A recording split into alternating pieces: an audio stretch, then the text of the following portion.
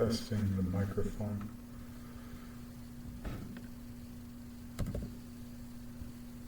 Why is all this crap always on here? See, this is why I don't trust, well, since 2009, I haven't trusted Microsoft as a solid OS. I mean, before at least you could tighten it down, but the latest, any iteration after that was planned obsolescence was baked into the architecture of the design.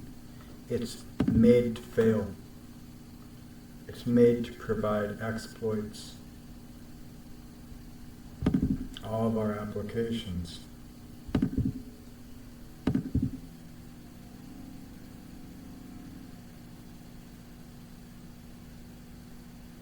But I digress. That's just life, you know. The Tower of Babel rises to a peak and then it starts to erode. And from that, that's something new. So the value shifted.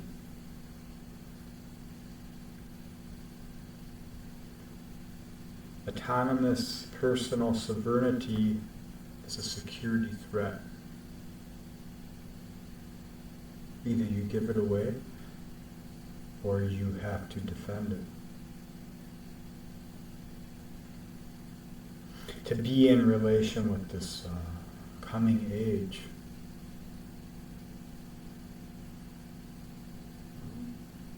think of businesses, you know, they hire a bunch of people, they fire a bunch of people. Usually before they fire a bunch of people, they find a new technology that can do the jobs of those people, automate it so that they can release the human resource. That mindset is a psychic phenomenon which possesses people outside of IT.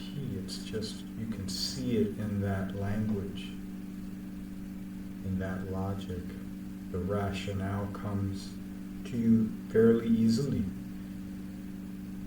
But how cold do you have to be able to see that other people treat and view fellow beings like that, sentient beings like that?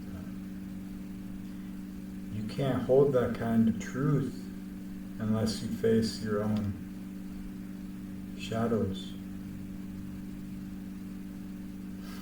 And a lot of people, you can't face it unless you've been through things and you acknowledge what it is. When you don't acknowledge it, you're just being pushed by it. So your subconscious is leading your persona. And the inward rebellion is the tension you're putting into that edifice, slave to the machine.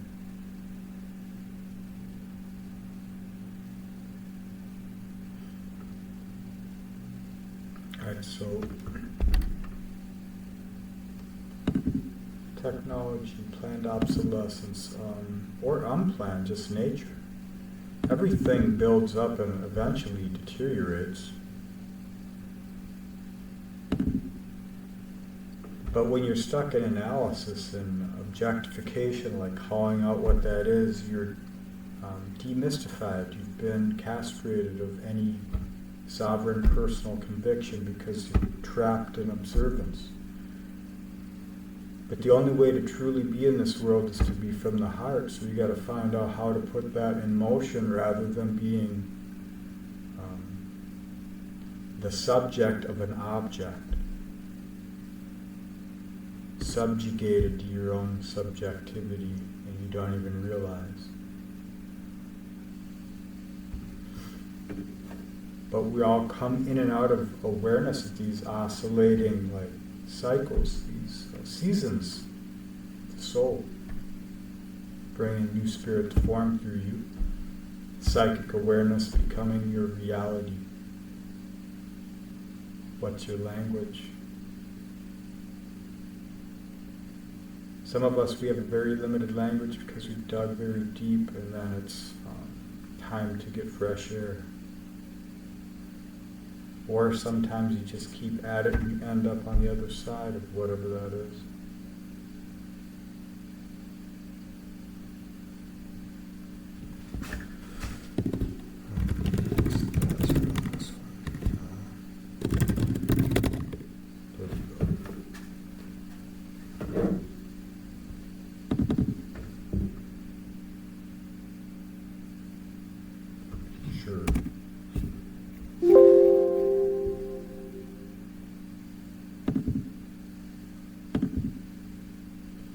So the systems of psyche and our gravitational poles, the elements within us as planets. Planets is generic symbolics for archetypes. Archetypes for generic symbolics as happenings. Happenings as a lot of different things depending on your perception. The koans, the ancients, they knew. Depending on your psychological condition, your answer changes. We starve ourselves, we become hungry ghosts because we do not honor the truth, the authentic drive, the heart within us, and then we become slave to that denial, and it takes many forms in the world.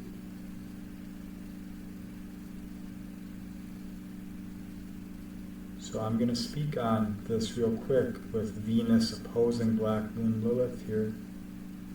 Venus at 3 degrees Aries. BML at 4 degrees of Libra. This is a Jupiter-Saturn energetic, this opposition, constriction, contraction, and then expansion, new life, new fire, new air.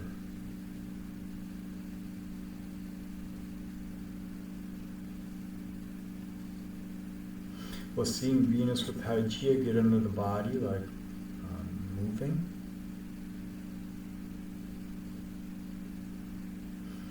The relation to the self here with Saturn in the opening degrees of Libra.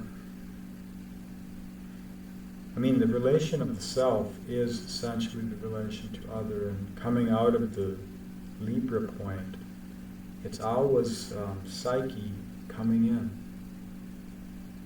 Can you understand what you're mirroring, what you're seeing in the other? Because they're showing you what's coming up within yourself. Sometimes they're pulling it out to try and see if you are aware of what that is. If it's something new, you will be benefited by it. If it's something old, you'll be reassured by it.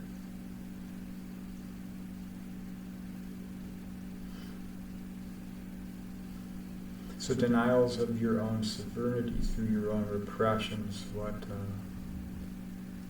If you are an agreeable person, how have you allowed others to overstep your boundaries?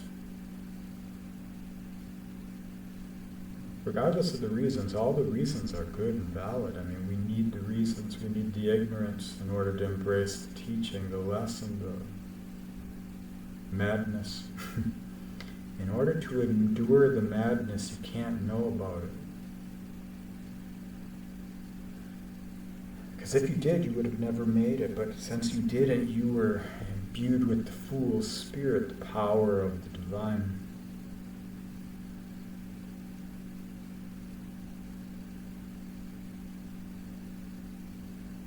We also have the moon opposing Black Moon Lilith. Somehow I didn't even notice.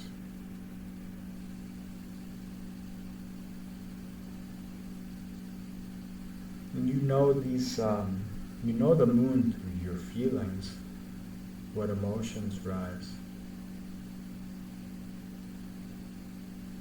Emoting you, emotion, the flows.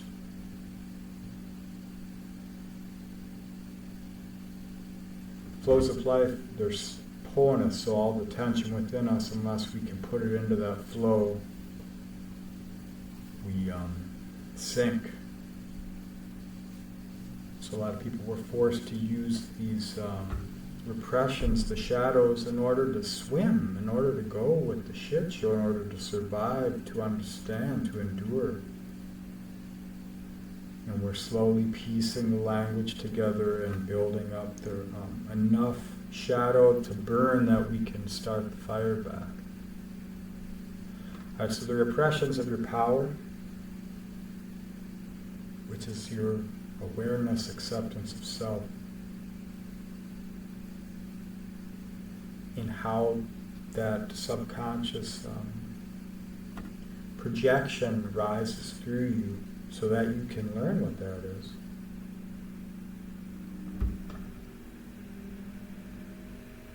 So words, speaking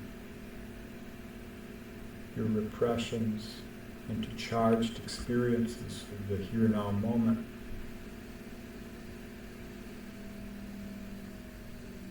You say what you say, you do what you do, and then later on you understand through balancing out the contrast of the positive and the negative.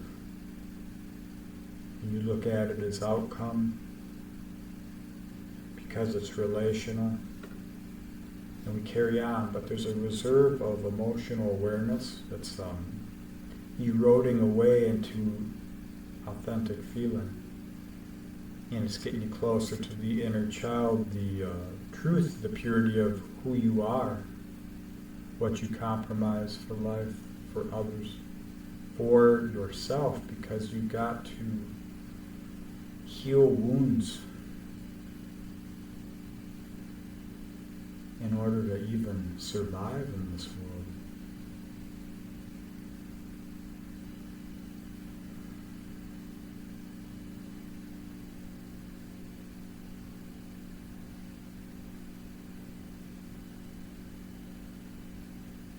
There's a lot of aspects. Everything's in play always. There's more than just this, and there's many ways to slice and dice it. So in the end, it's all symbology. What's your language?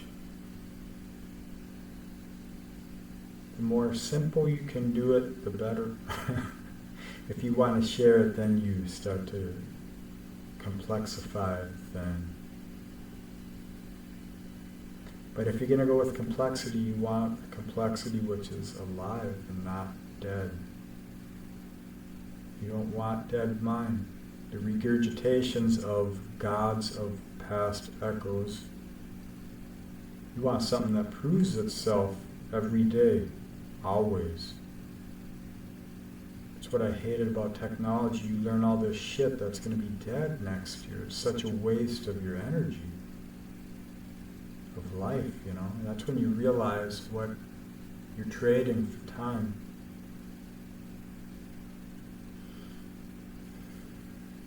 And because we're hooked on that carrot, it's hard to peel away because you got to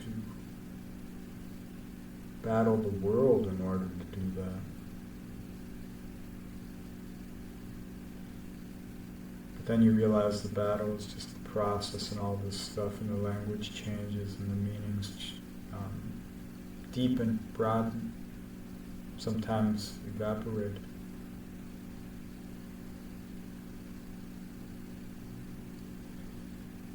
Alright, so I'm going to look at Juno here real quick. Now, Juno is generally your partner, your romantic partner. But everything has multiple meanings, you know. Everything can only be given meaning through distinction. So what is it here in life, more generally, psychically? The alchemical weddings. Alright, Juno 6 degrees Virgo here in the mercurial section.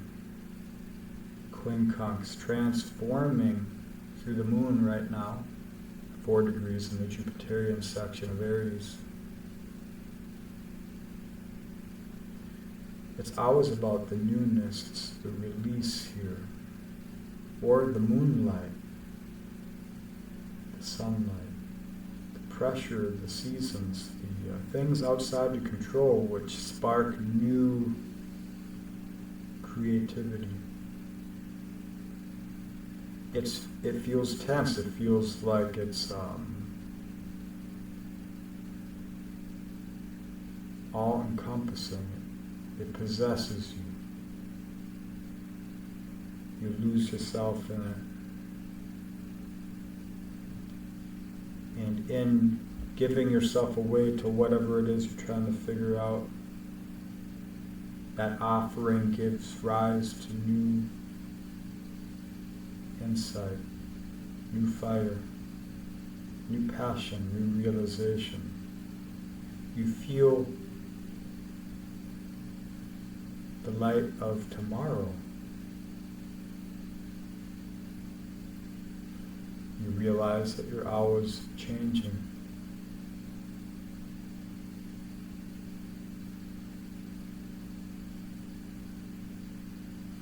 Alright, well, I don't know. This was just a diatribe. So, thanks for watching, listening, and being.